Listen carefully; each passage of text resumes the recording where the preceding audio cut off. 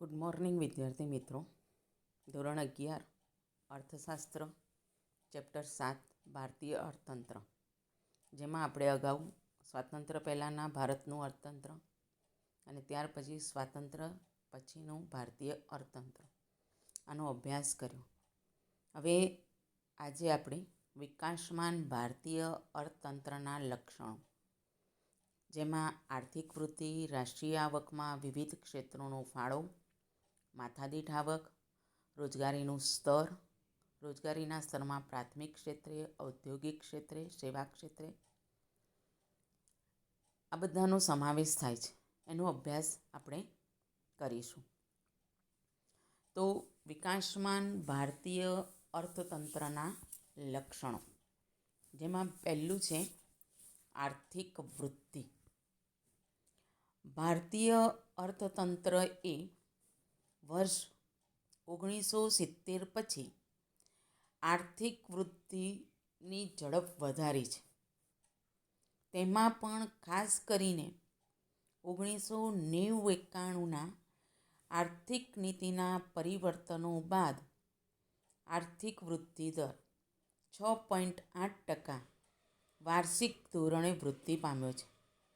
જ્યારે ભારત દેશનો આર્થિક વૃદ્ધિ દર 1950-51 થી 1990-91 દરમિયાન માત્ર 3.5%ના વાર્ષિક ધોરણે વૃદ્ધિ પામતો હતો.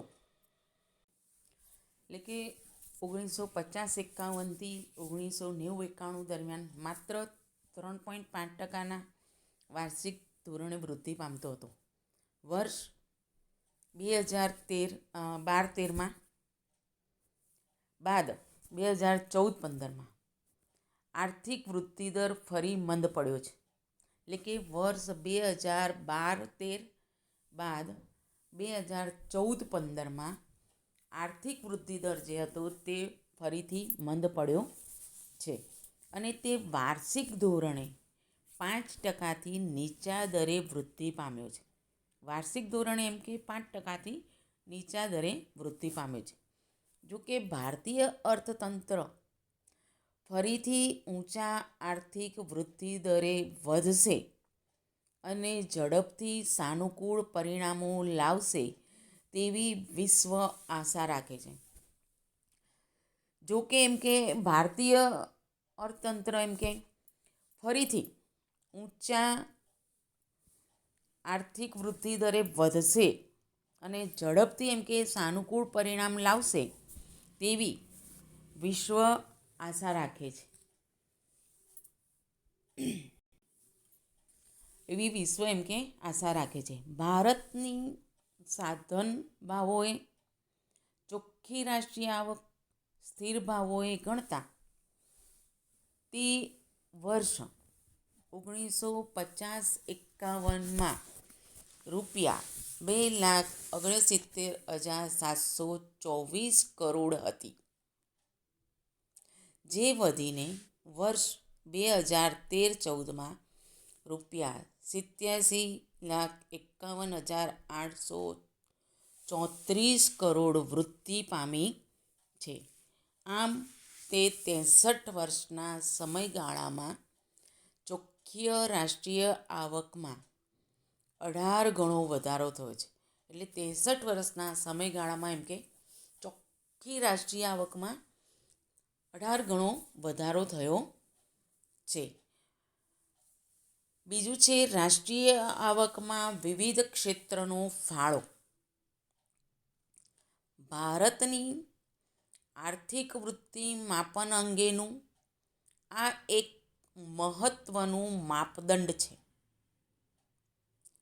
રાષ્ટ્રીય આવકમાં વિવિધ ક્ષેત્રોનો ફાળો એમ કે ભારતની આર્થિક વૃદ્ધિના માપનનું એક મહત્વનું માપદંડ છે, જેમાં ખેતી ક્ષેત્રનું પ્રદાન રાષ્ટ્રીય આવકની આપેલ માહિતી ઉપરથી સ્પષ્ટ થાય છે.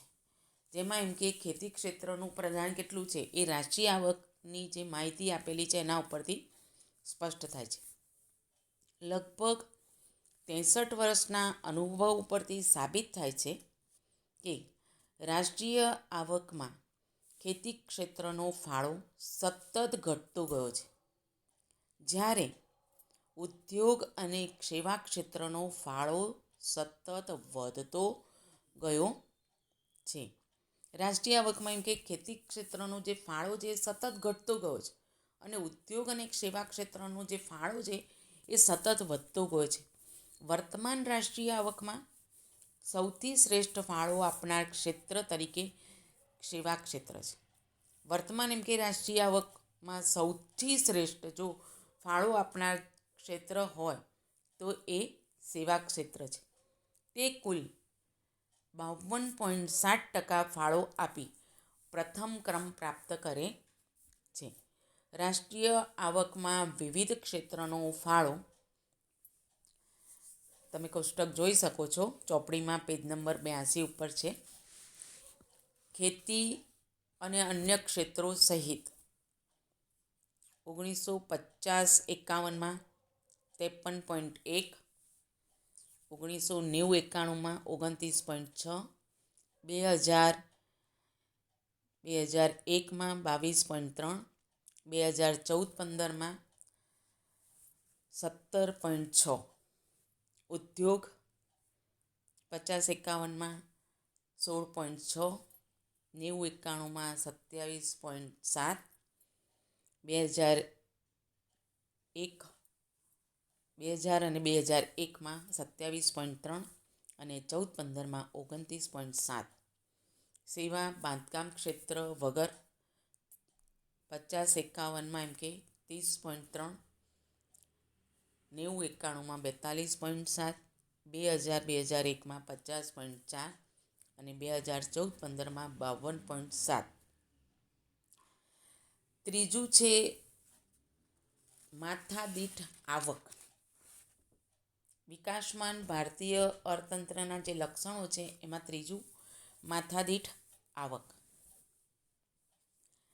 ભારતમાં વર્ષ 1950-51માં કૌંસમાં સ્થિર ભાવોએ માથાદીઠ આવક રૂપિયા 7,114 હતી, જે વર્ષ 2013-14માં વધીને રૂપિયા 39,904 થઈ. આમ કુલ 63 વર્ષના સમયગાળામાં તે અંદાજે 4.5 ગણો વધારો સૂચવે છે. જેમાં વર્ષ 1950-51થી વર્ષ 1990-91ના ગાળા તરફ ધ્યાન કેન્દ્રિત કરતા જણાય છે કે માથાદીઠ આવકમાં વાર્ષિક 1.6%ના દરે વૃદ્ધિ થઈ છે. 1950-51થી એમ કે 1990-91નો આ જે ગાળો છે એ તરફ એમ કે ધ્યાન કેન્દ્રિત કરતા જણાય છે કે માથાદીઠ આવકમાં વાર્ષિક 1.6%ની વૃદ્ધિ થઈ છે. જ્યારે વર્ષ 1990-91 બાદ તે લગભગ 5.5%ના વાર્ષિક દરે વૃદ્ધિ થવા પામી છે. 1990-91 બાદ એમ કે લગભગ 5.5%ના વાર્ષિક દરે વૃદ્ધિ થવા પામી છે, જે સ્પષ્ટ કરે છે કે આર્થિક સુધારાની અસરને કારણે વૃદ્ધિનો દર ઝડપી બન્યો છે. અને આ બાબત સ્પષ્ટ થાય છે કે આર્થિક સુધારાની અસરને કારણે વૃદ્ધિનો દર ઝડપી બન્યો છે. વિકાસમાન ભારતના અર્થતંત્રમાં ચોથું છે રોજગારીનું સ્તર. ભારતમાં રોજગારી માટે 3 ક્ષેત્રો તારવવામાં આવ્યા છે. એમ કે રોજગારી માટે 3 ક્ષેત્રોને તારવવામાં આવ્યા છે, જે નીચે મુજબ છે. પહેલું છે પ્રાથમિક ક્ષેત્ર. આ ક્ષેત્રમાં ખેતી અને ખેતીને સંલગ્ન પ્રવૃત્તિઓ જેવી કે પશુપાલન, જંગલ, મરઘા ઉછેર વગેરેનો સમાવેશ થાય છે. પહેલું પ્રાથમિક ક્ષેત્રમાં એમ કે ખેતી અને ખેતીની સાથે સંલગ્ન એટલે જોડાયેલી જે પ્રવૃત્તિઓ પશુપાલન, જંગલ, મરઘા ઉછેર આ બધાનો પ્રાથમિક ક્ષેત્રમાં સમાવેશ થાય છે. બીજું છે ઔદ્યોગિક ક્ષેત્ર. ઔદ્યોગિક ક્ષેત્રમાં ઉદ્યોગ ક્ષેત્રમાં તમામ ઔદ્યોગિક ઉત્પાદન પ્રવૃત્તિઓનો સમાવેશ થાય છે. તમામ એમ કે ઔદ્યોગિક ઉત્પાદનની પ્રવૃત્તિઓનો સમાવેશ આ ઔદ્યોગિક ક્ષેત્રમાં થાય છે. દાખલા તરીકે નાના મોટા ઉદ્યોગો, બાંધકામ ઉદ્યોગ, વહાણ ઉદ્યોગ વગેરે. રોજગારીના સ્તરમાં ત્રીજું છે સેવા ક્ષેત્ર. આ ક્ષેત્રમાં એમ કે વેપાર, વાહન વ્યવહાર, ખાણ સંદેશા વ્યવહાર, બેન્કિંગ જેવી અન્ય ઇતર સેવાઓનો પણ સમાવેશ થાય છે. રોજગારીમાં વિવિધ ક્ષેત્રનો ફાળો તમે કોઠામાં જોઈ શકો છો. પ્રાથમિક ક્ષેત્રે 1951માં 72.1 હતો. ઔદ્યોગિક ક્ષેત્રે 10.6 અને સેવા ક્ષેત્રે 17.3. 1991માં પ્રાથમિક ક્ષેત્રે 66.9, ઔદ્યોગિક ક્ષેત્રે 12.7, સેવા ક્ષેત્રે 20.4. 2001માં પ્રાથમિક ક્ષેત્રે 56.7, ઔદ્યોગિક ક્ષેત્રે 18.1, સેવા ક્ષેત્રે 25.2. 2011-12માં પ્રાથમિક ક્ષેત્રે 48.9, ઔદ્યોગિક ક્ષેત્રે 24.2, સેવા ક્ષેત્રે 26.9. આ રોજગારીમાં એમ કે વિવિધ ક્ષેત્રનો ફાળો ભારતમાં વર્ષ 1951માં પ્રાથમિક ક્ષેત્ર 72.1%,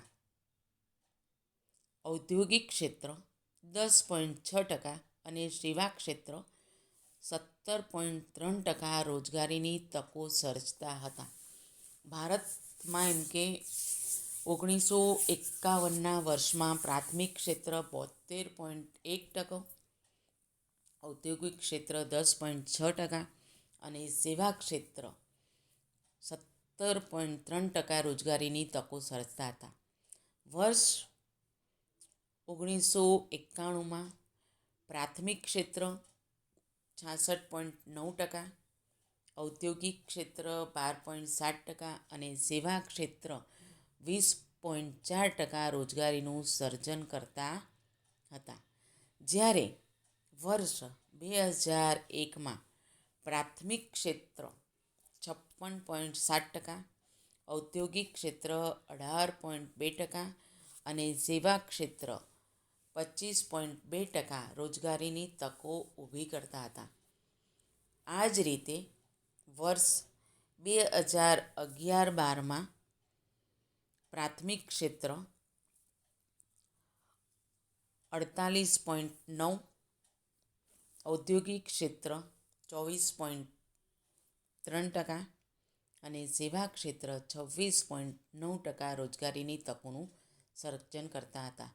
જે સ્વયં સ્પષ્ટ કરે છે કે 1951થી 2011-12ના સમયગાળામાં લોકો રોજગારીના હેતુસર પ્રાથમિક ક્ષેત્રમાંથી ઔદ્યોગિક ક્ષેત્ર અને સેવા ક્ષેત્ર તરફ વળ્યા છે. જે બાબત એમ કે સ્પષ્ટ કરે છે કે આ 1951થી 2011-12ના સમયગાળા દરમિયાન એમ કે લોકો રોજગારીના હેતુસર પ્રાથમિક ક્ષેત્રમાંથી ઔદ્યોગિક ક્ષેત્ર અને સેવા ક્ષેત્ર તરફ વળ્યા છે. વિકાસમાન ભારતીય અર્થતંત્રના લક્ષણોમાં આપણે સૌથી પહેલાં આર્થિક વૃદ્ધિ, રાષ્ટ્રીય આવકમાં વિવિધ ક્ષેત્રનો ફાળો, માથાદીઠ આવક અને રોજગારીનું સ્તર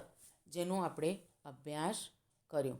હવે પાયાની સુવિધાઓમાં વૃદ્ધિ એનો અભ્યાસ આગળ કરીશું.